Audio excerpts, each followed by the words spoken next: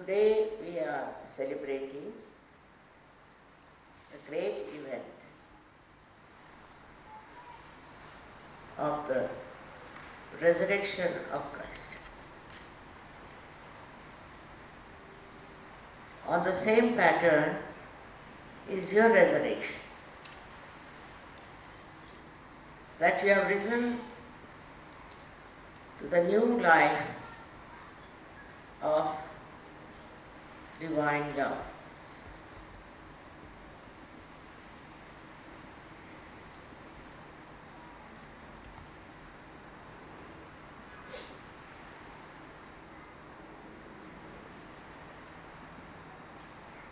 You were all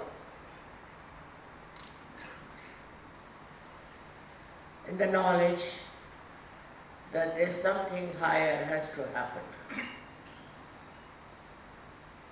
That you are to be born again. But nobody knew how it was. The subtle side of your being was never told to you. The saints only talked as to how you should behave. They only said how we should try to keep a very pure life, sincere life. But they didn't tell you how it will work out. Of course, people knew in India about it. Very few of them, very, very few. But now it's a worldwide knowledge through you people.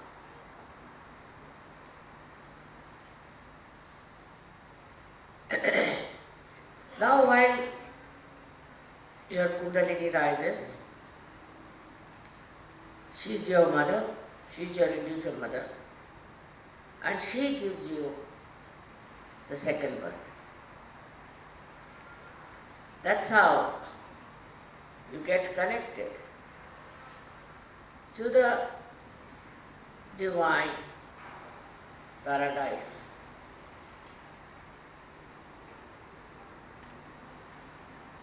All this, if it is told without realization, has no meaning. But people are given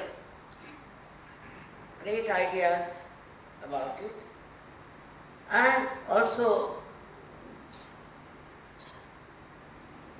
were promised that one day your resurrection will come. It is the greatest happening for you.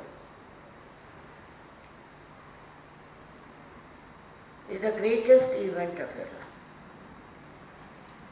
And one must consider it's very fortunate that you have been able to achieve it.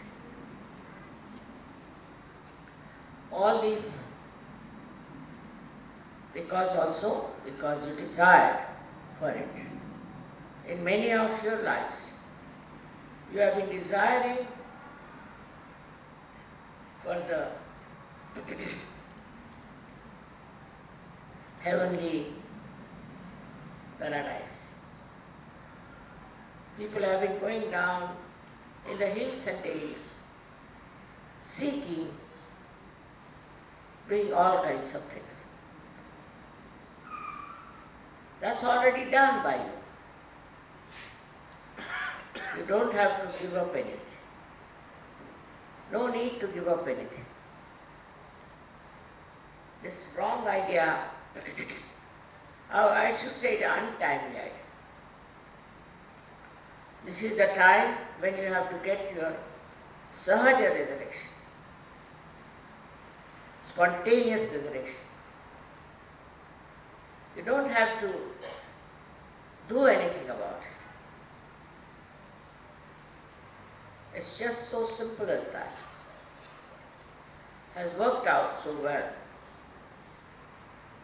I was really very much overjoyed to see that so many people, especially Muslims, about whom I have been so much worried that how can you save these people?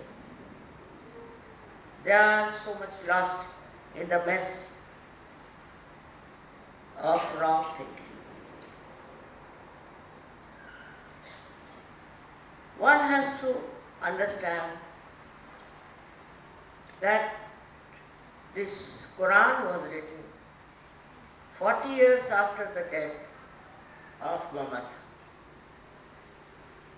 So maybe that there might be some words which are just being shifted, maybe, and the meaning might be little bit ambiguous. Also, there was another book called Sunnah came out about the same time and was managed by a person who was not such a great soul, I should say, because he was not a realized soul. I can't understand. How can you religiously understand a poetry, and in the poetry whatever is written, how can you interpret it correct? This is the reason why I am a poet also. I could have written a poetry about it, but I said no. Poetry can be twisted, and also people can misuse it. That's the problem with the poetry is. In India we had the same problem. For example, Kabira wrote such beautiful poetry, and the way they interpreted was so nonsensical and so much different from the spirit of Kabira's songs. About everything, they can twist the words according to their own need. I found out if I wrote poetry about divinity. This is exactly what has happened. In all the religions I see, when it comes to poetry, people can twist it. Also, like in Bible, it was so much accepted that Paul is the one who is going to organize the publication about Christ. And he didn't want to write also about resurrection. He didn't want to write about the Immaculate Conception. All these things were in his mind, and so Thomas had to run away to India, and John refused to write anything. Because all such people take charge. They become in charge. They think they are responsible for it, while they are not at all capable. They don't have the right to do it. As a result of that, Christianity took a very wrong attitude towards the inner growth of human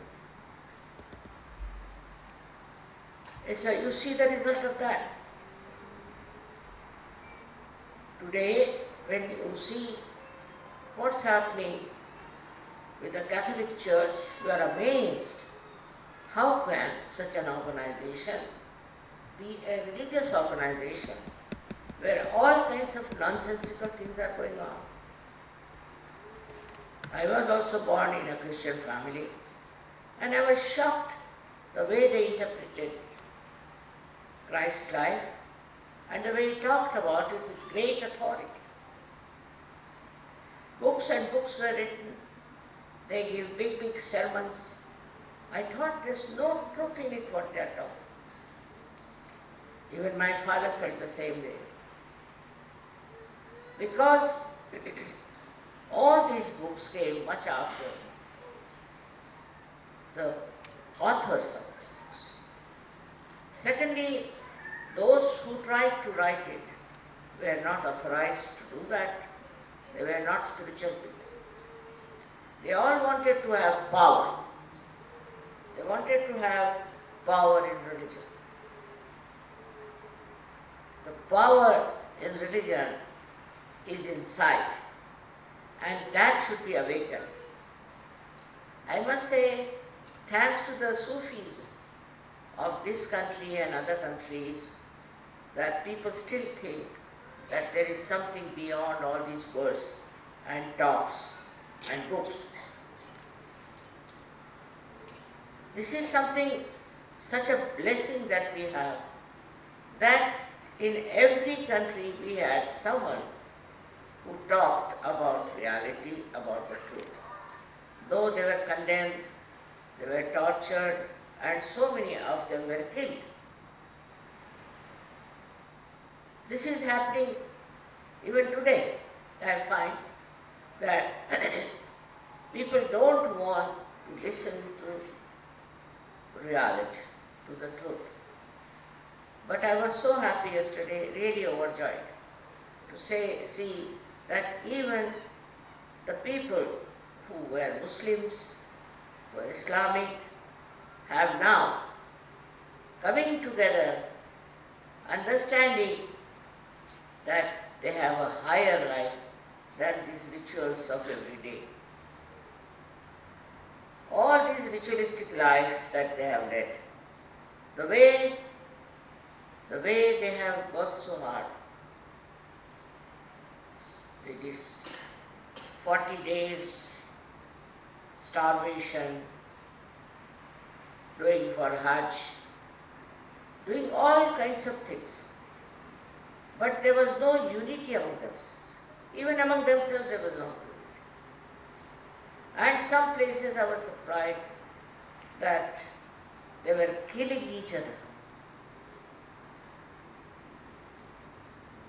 How can that be? Because these so-called practices did not make them collective. They were not collective. They were all separate identities, separate sects, guided by absolutely ignorant people.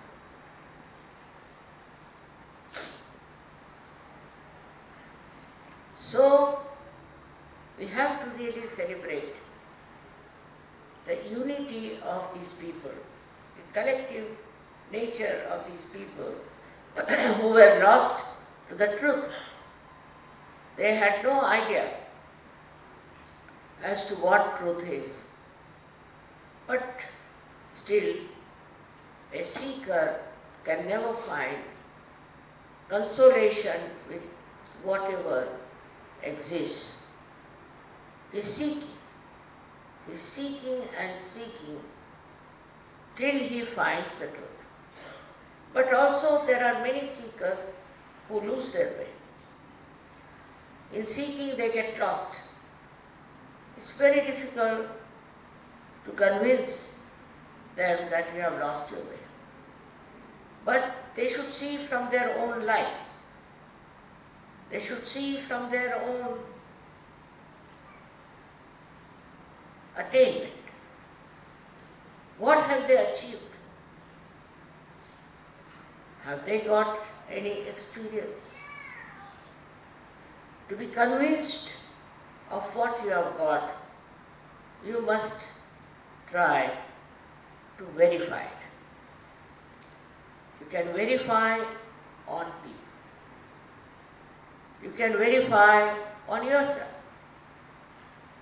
Whatever you are, you know on your fingertips, as they say. Now, it's said in the Quran that at the time of your Qiyamah, means resurrection time, there are two things, Qiyamah and Qiyamah, two things. Also many people don't understand the difference. One is when the resurrection time comes, and the another is when your destruction comes. For the resurrection of human being is the Qiyamah. in which is said that your hands should speak, that you should feel the vibrations on your fingertips. I would say those who are really Muslims, who are surrendered, and those who have been selected to be higher people belonging to the God's realm must have hands that can speak. Otherwise, they are not Muslims. I would not call them Muslims. They may be human beings, but not Muslims. So it's compulsory that for every Muslim, he thinks he is a Muslim, he should have vibrations in his hand. He should feel the vibration. His hands must speak at the time of resurrection, which is the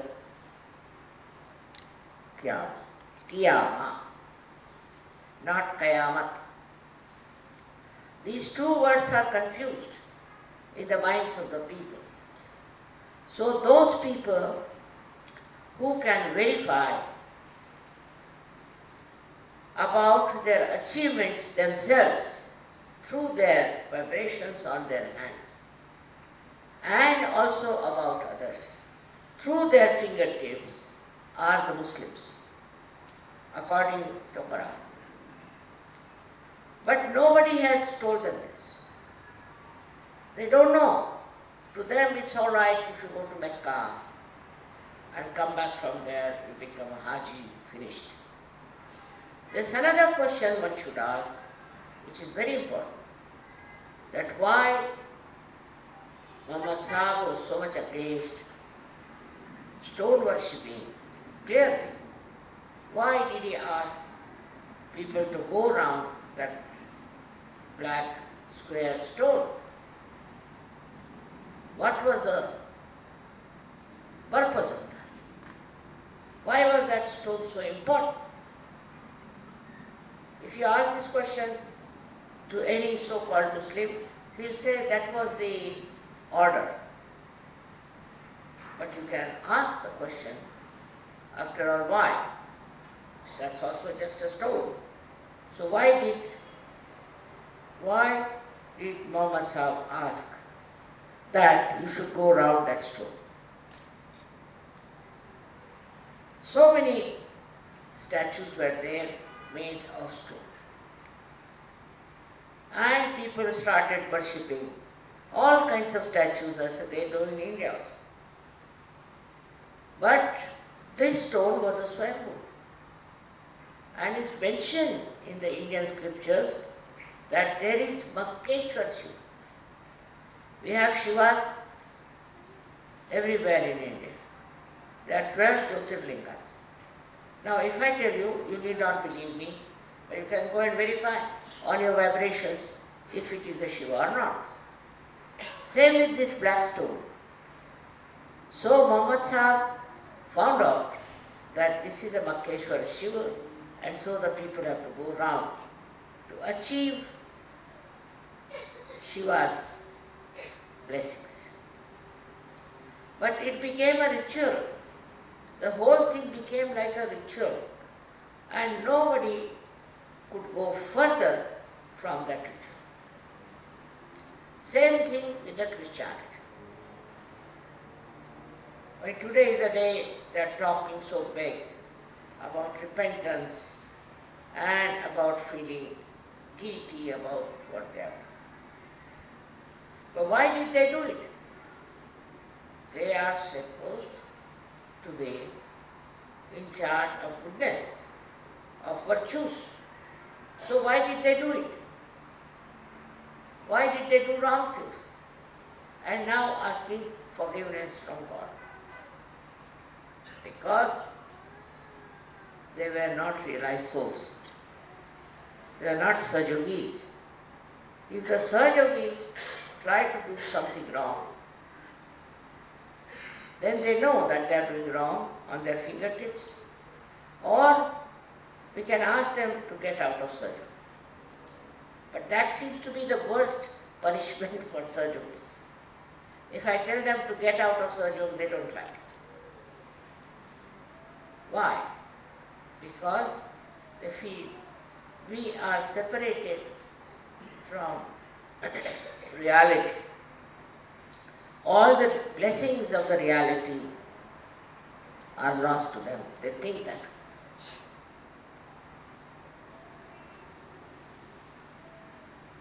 The punishment is nothing because we just ask to get out of surgery. To look at it's nothing.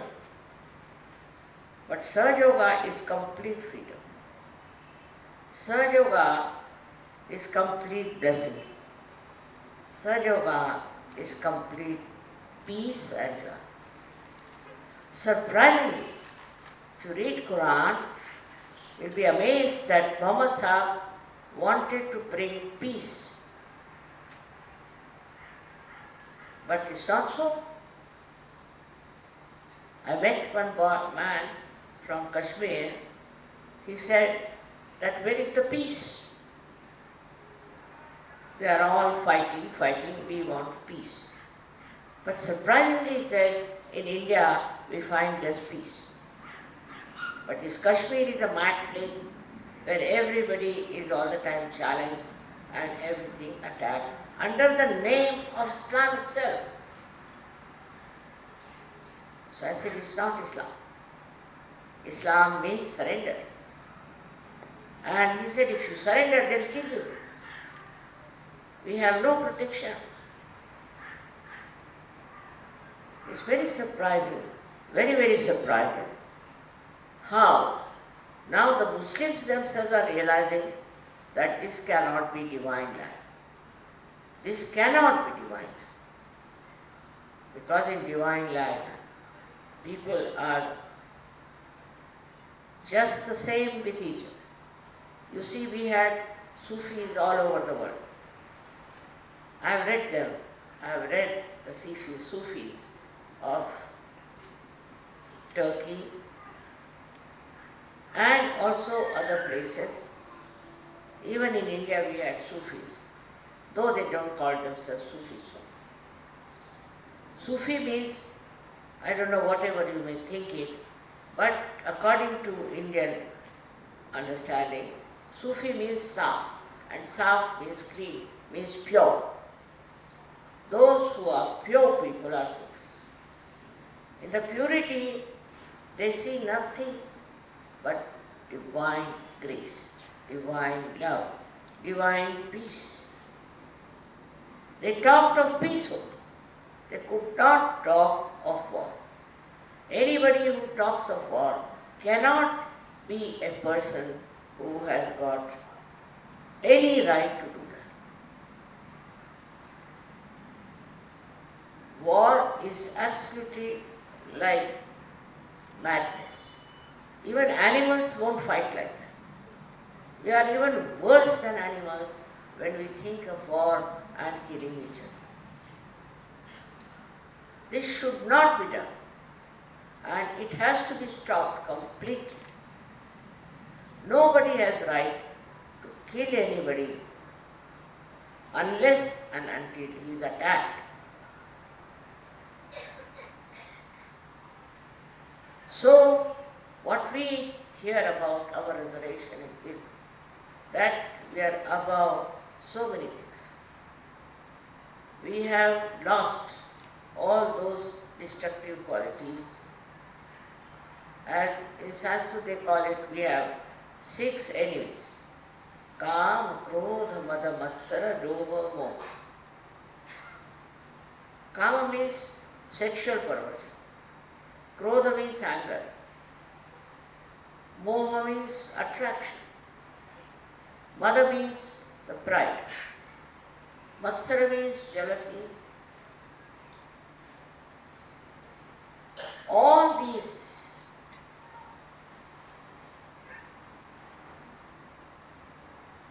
six things, sixth one is the greed. All these 6 things that we had in our mind, out of our ignorance, out of our upbringing, out of our reading, whatever it is. Whatever we had developed, we were having, just drop some.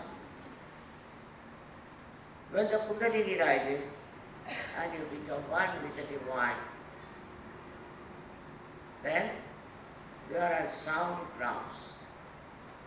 You realize that you have found the truth. And you no more can enjoy all these destructive habits. They just drop out.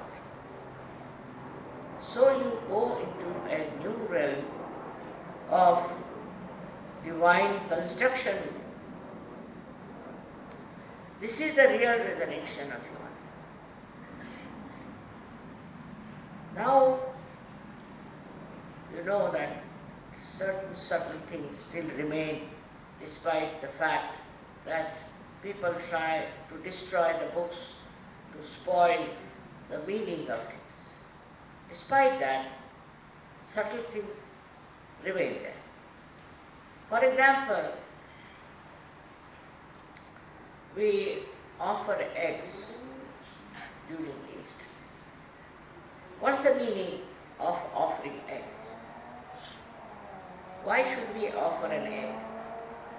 First of all, we offer egg because the egg can go into a transformation. It can become a sponge. It can be born again. It's the egg has a capacity to be born again. So when you get this egg as a symbol of Easter, it means you can become a different person, a reformed person, and a great spiritual person. You can become. It means that. Why do we give eggs? People don't know. I asked so many people. I asked even some priests who think they are great authorities of Christianity. They didn't know why they give eggs. Secondly, if you read the story about the birth of Sri Ganesh, and then you proceed on, you'll be surprised it's written down that it was called as Brahman, means the egg of the Brahma. That came into existence, and half of it became the Mahavishnu, means the Christ, and half of it remained as Sri Ganesh. And then it is said that then when Mahavishnu came out, he started crying for his father. Just think of it. He was asking for his father.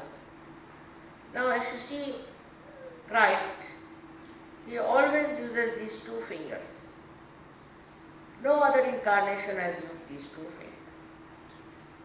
This means, you know, this is the Vishuddhi and this is the Navi. That means he's talking of his father who was Navi king. Who is that? You know that very well, the Vishnu. And his incarnation as Sri Krishna. So what he is indicating is this, that they are my father. How clearly he does that? Why not have some other mudras, other style of holding the fingers? Well, he holds always these two fingers. Meaning, my father, the one who was Vishnu and who was Shri. And then in the lives of Sri Krishna, they say Mahavishnu will be your son. All these things are not put together, as I am telling, separately. But if you have proper understanding, you can understand the connection between the two. that Christ was the son of Sri Vishnu and Sri Krishna. And that was blessed that you will be the support of the whole universe. The support, the Aadhar of the whole universe. He said it clearly. It is said so. That you will be supporting the whole universe. Now the one half is Sri Ganesh, who is the support in a way. It supports the Kundalini. It looks after the Kundalini. It looks after the chastity of the mother. And the another one, which is expressed, is Jesus Christ, who is the support of the whole universe. So naturally, it has to be the moral basis, as is a part and parcel of Sri Ganesha. It's the moral basis of human. On the moral basis only will be supported. Not all of the nonsense that they have, but a moral basis, and which is missing in the lives of Christianity. Everything is allowed. Very surprising. You can do whatever you like, as long as you don't take a divorce in the Catholic Church. And also in the other church, which you can call non-Catholic churches, there are many. Even if you are married, you can do whatever you like. Even the Vatican, I was told, has all these problems. How can that be? If you are the people who think you are baptized, I mean, there's a big celebration of baptism by these priests. Then where is the Sahasrara? And where is the Kundalini? And how do you have your second birth? There's no second birth. Just some priest puts his hand on your head. Actually, it makes a problem for realized souls. To put hand of the priest who are not realized souls. And that creates a problem for children. I've seen many children, they start crying loudly when they are being blessed by these priests. Because they are realized souls and the priests are not.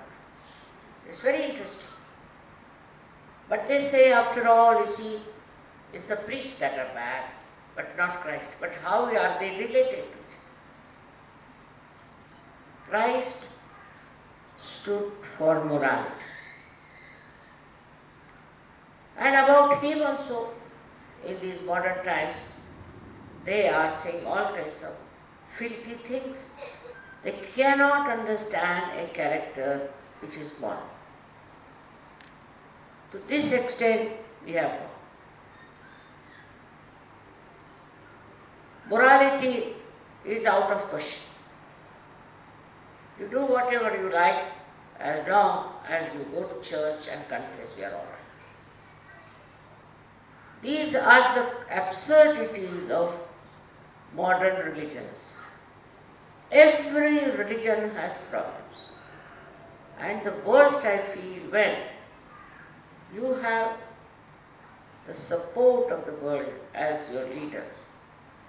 How can you allow people to have such an immoral life? Immorality, how can you tolerate when you follow the example of Christ? Out of question. He is the embodiment of morality. He is Sri Ganesh. And how can you allow people to come to churches, to the temples, and allow them to have immoral life?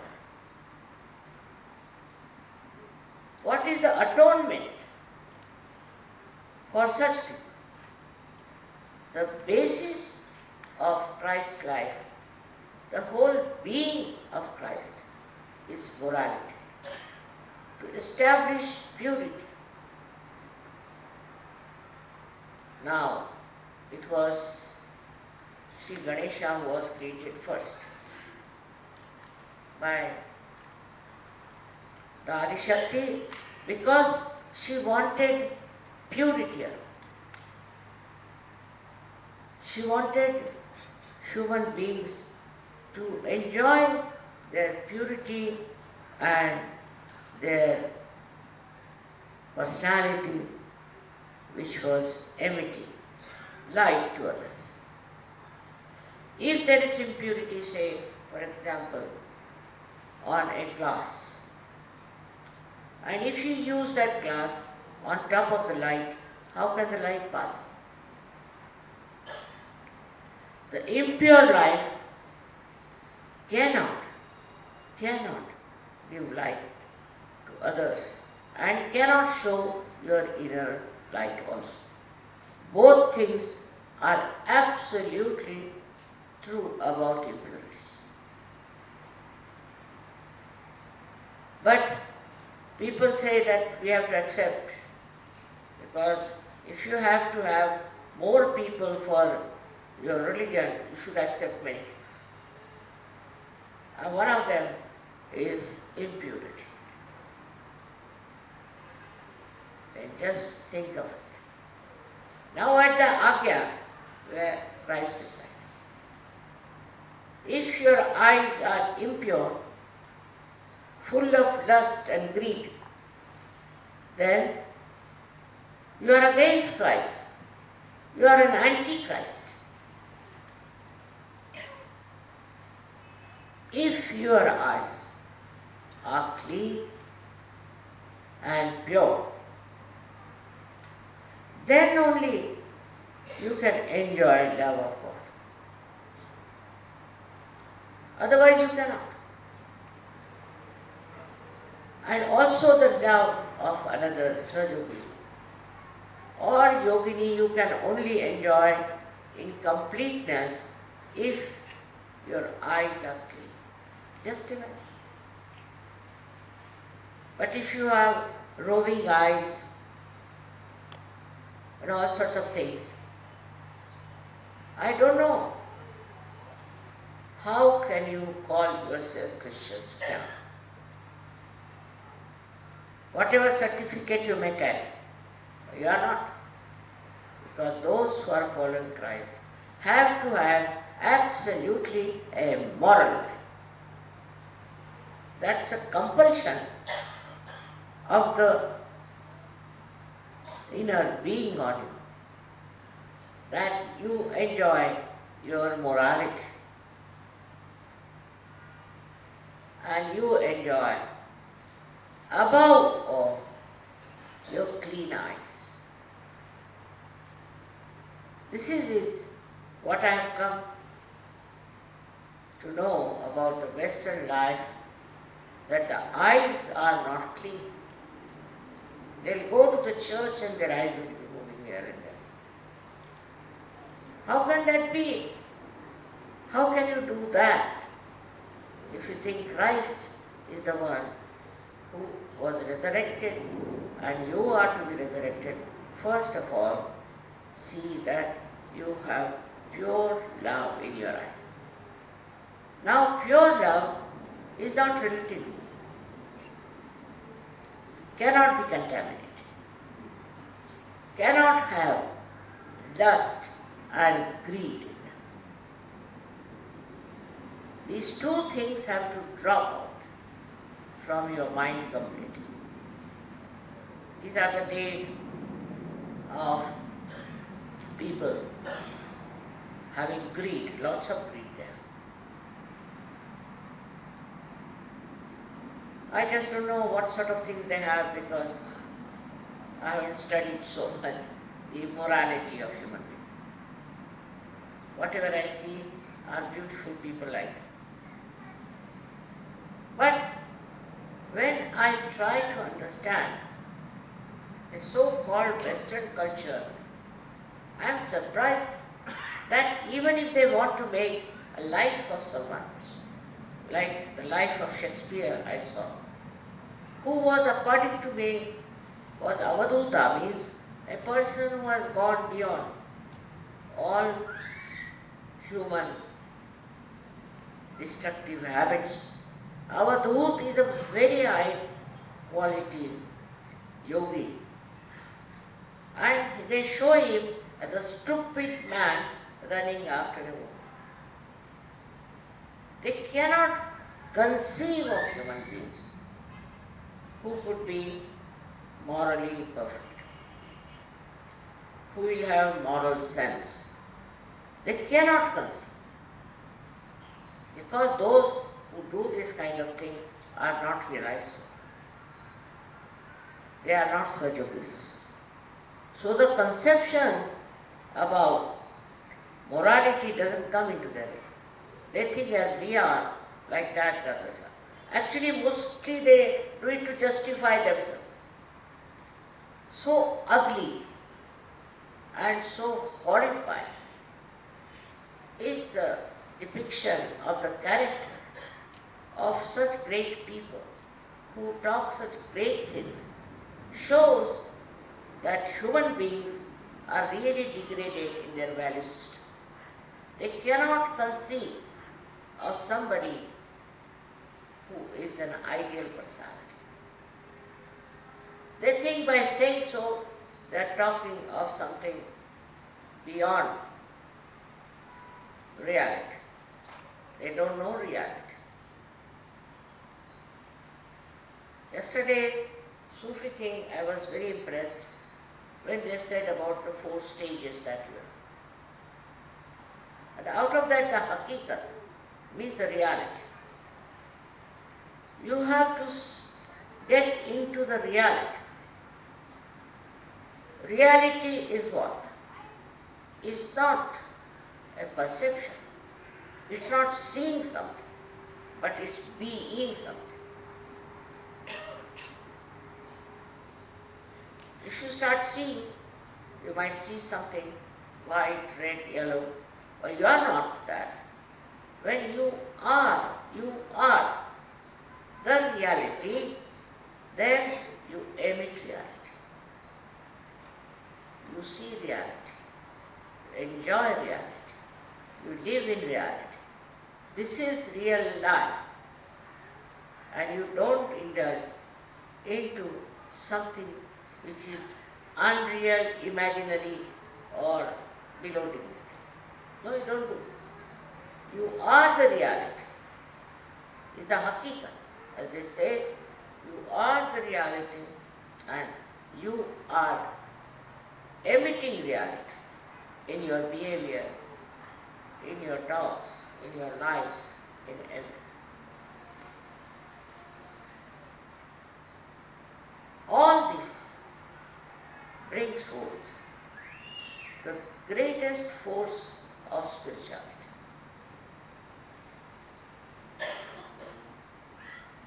Whatever is falsehood, whatever is wrong, whatever is destructive, will run away from a man who stands in reality. It is automatic. It is absolutely part and parcel of the same personality who is supposed to be a realized soul. So, the resurrection has taken place no doubt. Right. Your hands are speaking all right. I don't want to give you any command or any kind of a fixed road that you have to follow. Now you are free because you have the light. When you have the light, why should I tell you which way to go? You know yourself that you have the light. So you follow yourself. In a way, that is an enlightened path with your own light.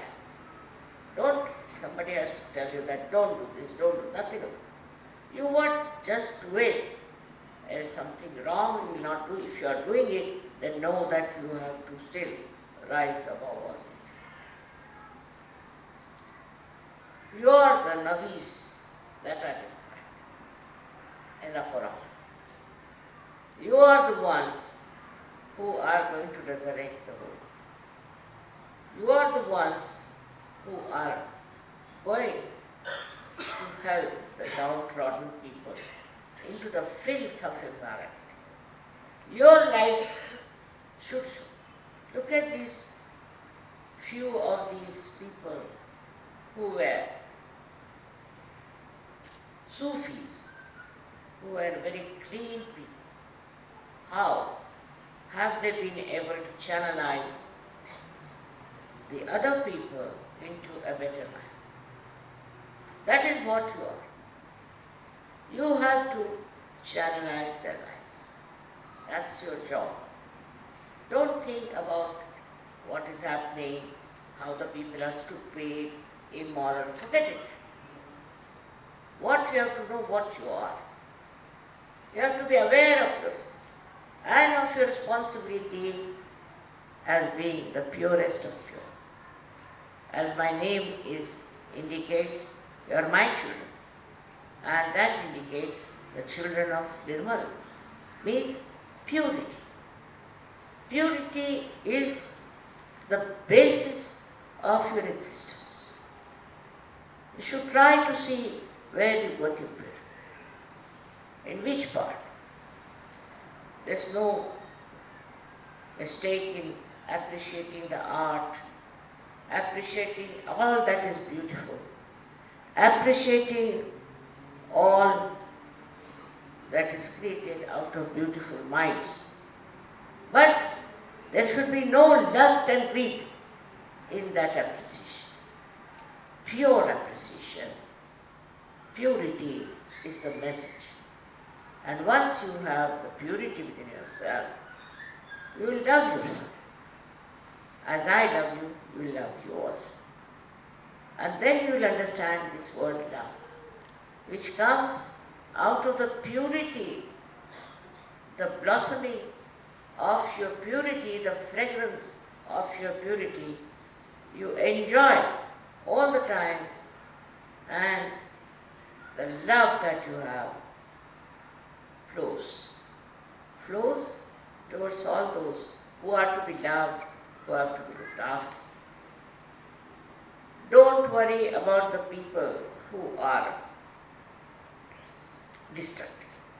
And that's the only word I can use, because there are so many things one can say about it. Let them be destructive because they are destroying themselves. Why should we worry about them? They think they are destroying others, they are not. They are destroying themselves. Forget about it. Just forget to think yourself to be responsible for the construction of the whole world. It's not only few. You are very intelligent, knowledgeable, and understanding. You are not like the disciples of Christ who were not educated, who didn't understand so much, and who did get realization, but were not of your level. Whatever they could do reached to a point where this kind of a mess of a Christianity has. But you can't create that kind. You will create a new, vibrant religion which is global. I was very happy to see that now we have people from all over the world. It's a global movement all over. It has nothing to do with the limited ideas of so-called religions. They have ruined every religion. Islam is ruined, and Christianity ruined, and Hinduism ruined, and Buddhism the worst. In Buddhism, you give up everything. All your belongings, all your properties, give to the Guru. Right? And the Guru is so greedy, horrible fellow. How can he give resurrection? Himself is a greedy fellow, misleading others, just taking away everything. The same thing about Christianity, that you all become nuns, you become fathers, you become brothers, and I don't know, all nonsense. But there's no change with it. Somebody came to me and I said, why did you become a priest? He said, because I was jobless. I had no job. So I took up the job of a priest. Can you imagine? He could not fit into any job, so the minimum of minimum he took is this job. Then what did you do?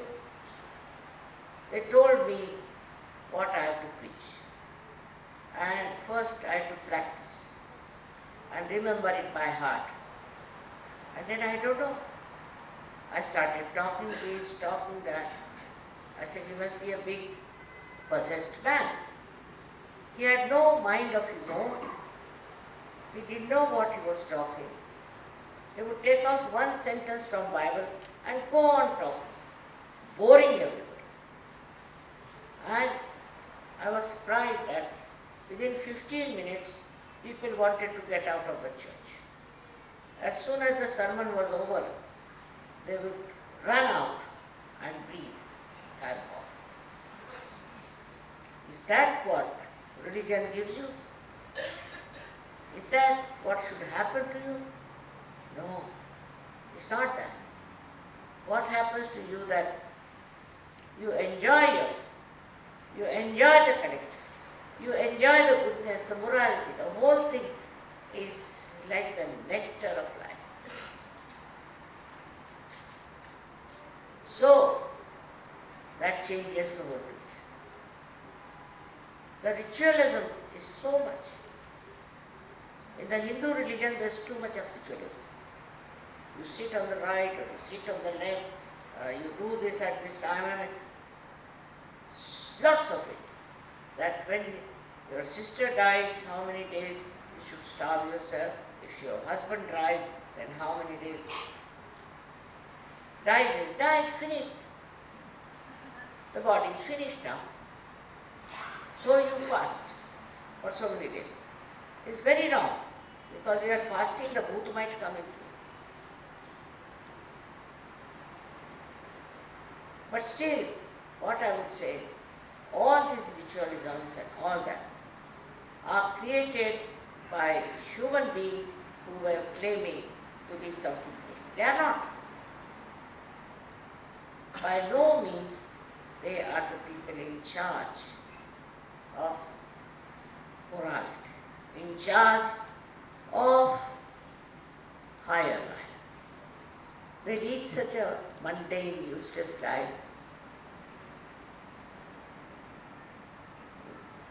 I went to a temple of Sri Ganesha, which is supposed to be Swayambhu. One of the 8 temples, it is one. And I was surprised. The man who was worshipping was supposed to be the priest. He was suffering from paralysis. And his brother died of paralysis. Now his son was also paralyzed. He said, what is this Ganesha doing to us, mother? I said, what are you doing to Ganesha? How much money you earn out of it?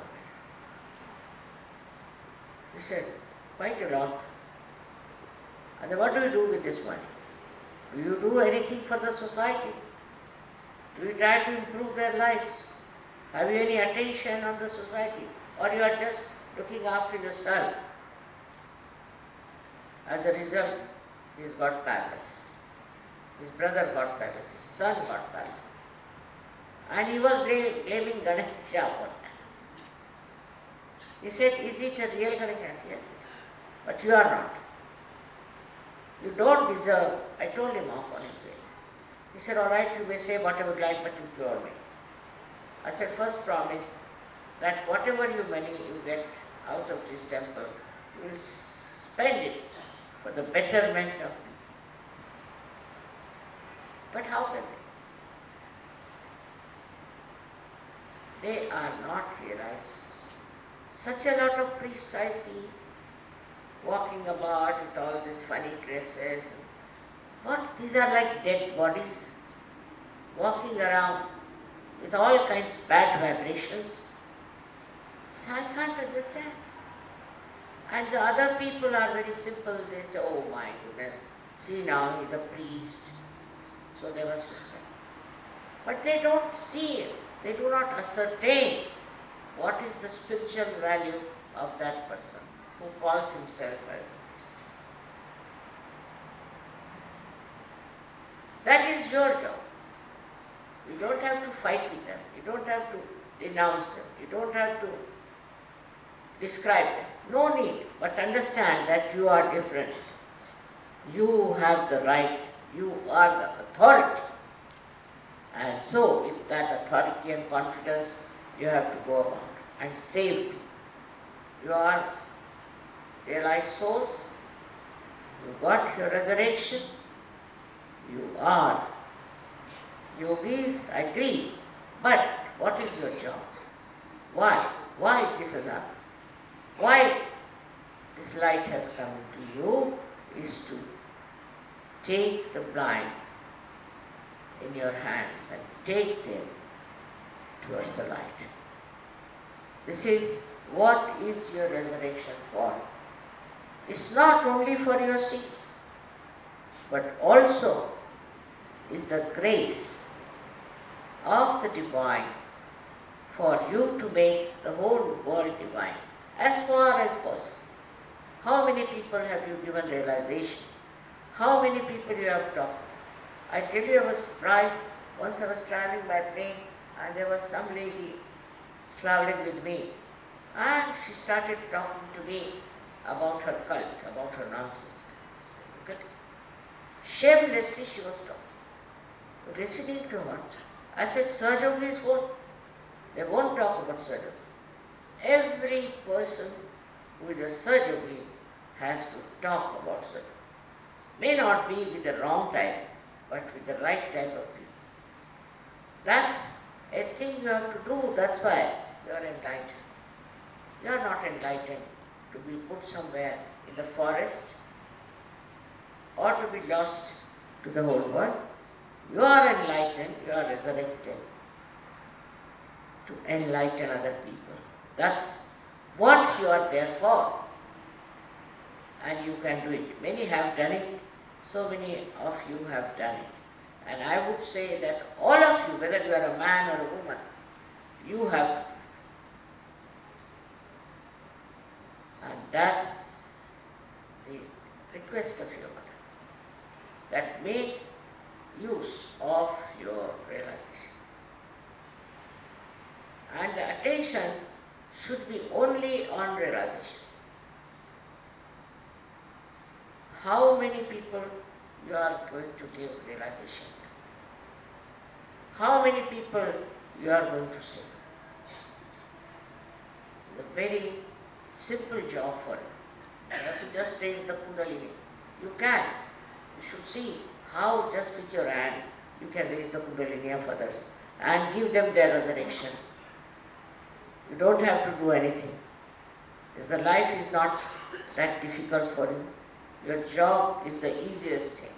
It's just to raise your hand. In your hand you have the power.